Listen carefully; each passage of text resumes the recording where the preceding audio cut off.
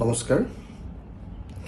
অসমৰ চৰকাৰী চিকিৎসালয়বিলাকত চিকিৎসা সেৱাৰ মান বৃদ্ধি নকৰাকৈ চৰকাৰী চিকিৎসালয়বিলাকত চিকিৎসা মাচুল বৃদ্ধি কৰিবলৈ লোৱাৰ যি সিদ্ধান্ত, চৰকাৰী সিদ্ধান্ত, যি প্ৰস্তাৱ, সেই প্ৰস্তাৱত আমি ৰাইজৰ দলে তীব্ৰ বিৰোধিতা কৰিছোঁ।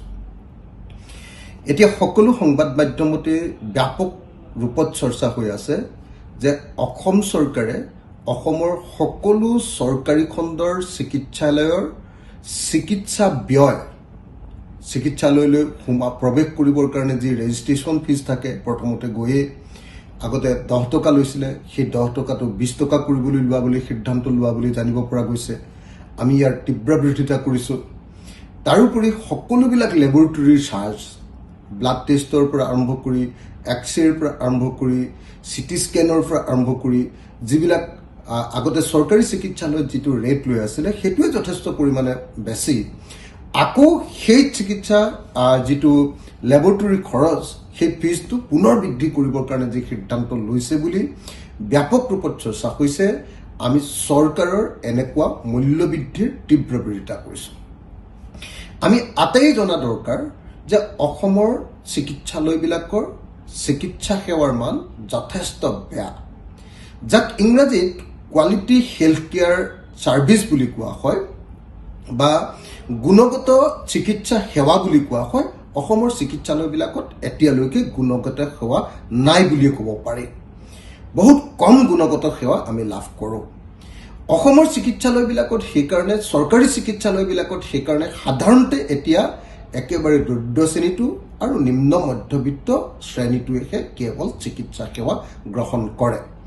সেইকাৰণে যদি চৰকাৰী চিকিৎসা সেৱাৰ মান বৃদ্ধি কৰা হয় বা চৰকাৰী চিকিৎসালয়ত যিকোনো এটা ছাৰ্ভিচৰ মান বৃদ্ধি কৰি দিয়া হয়, মাচুল বৃদ্ধি কৰি দিয়া হয়, এইটো হ'ল ডাইৰেক্টলি জনগণৰ ওপৰত ৰামটাঙন। মই সেইকাৰণে এই মুহূৰ্তত অসম চৰকাৰৰ দাবী উত্থাপন কৰিছোঁ। অসমৰ মুখ্যমন্ত্ৰী ডাঙৰীয়া, অসমৰ স্বাস্থ্যমন্ত্ৰী হিমন্ত বিশ্ব শৰ্মা ডাঙৰীয়া, মই এই মুহূৰ্তত অসমৰ মুখ্যমন্ত্ৰী ডাঙৰীয়াক আহ্বান জনাইছোঁ, স্বাস্থ্যমন্ত্ৰী ডাঙৰীয়াক আহ্বান জনাইছোঁ যে কোনোপধ্যে যাতে অসমৰ চিকিৎসালয়বিলাকৰ চিকিৎসা মাচুল, প্ৰৱেশ মাচুল আৰু অন্যান্য যিবিলাক আমাৰ লেবৰেটৰীৰ চাৰ্জ, সেইটো বৃদ্ধি কৰা নহয়, বৰং চিকিৎসা সেৱাৰ মানহে বৃদ্ধি কৰা হয়। তাৰ কাৰণে ব্যৱস্থা গ্ৰহণ কৰা হওক। ডাক্তৰৰ নিযুক্তি বৃদ্ধি কৰা হোৱা নাই, নাৰ্ছৰ নিযুক্তি বৃদ্ধি কৰা হোৱা নাই, ইনফ্ৰাষ্ট্ৰাকচাৰ বৃদ্ধি ভাল কৰা হোৱা নাই, লেবৰেটৰীৰ টেষ্টবিলাক ভাল কৰা হোৱা নাই, চিকিৎসাৰ সেৱা মান ভাল কৰা হোৱা নাই। কিন্তু চিকিৎসালয়বিলাকত আকৌ মাচুল বৃদ্ধি কৰাৰ সিদ্ধান্ত লোৱাটো কেতিয়াও মানি ল'ব নোৱাৰে।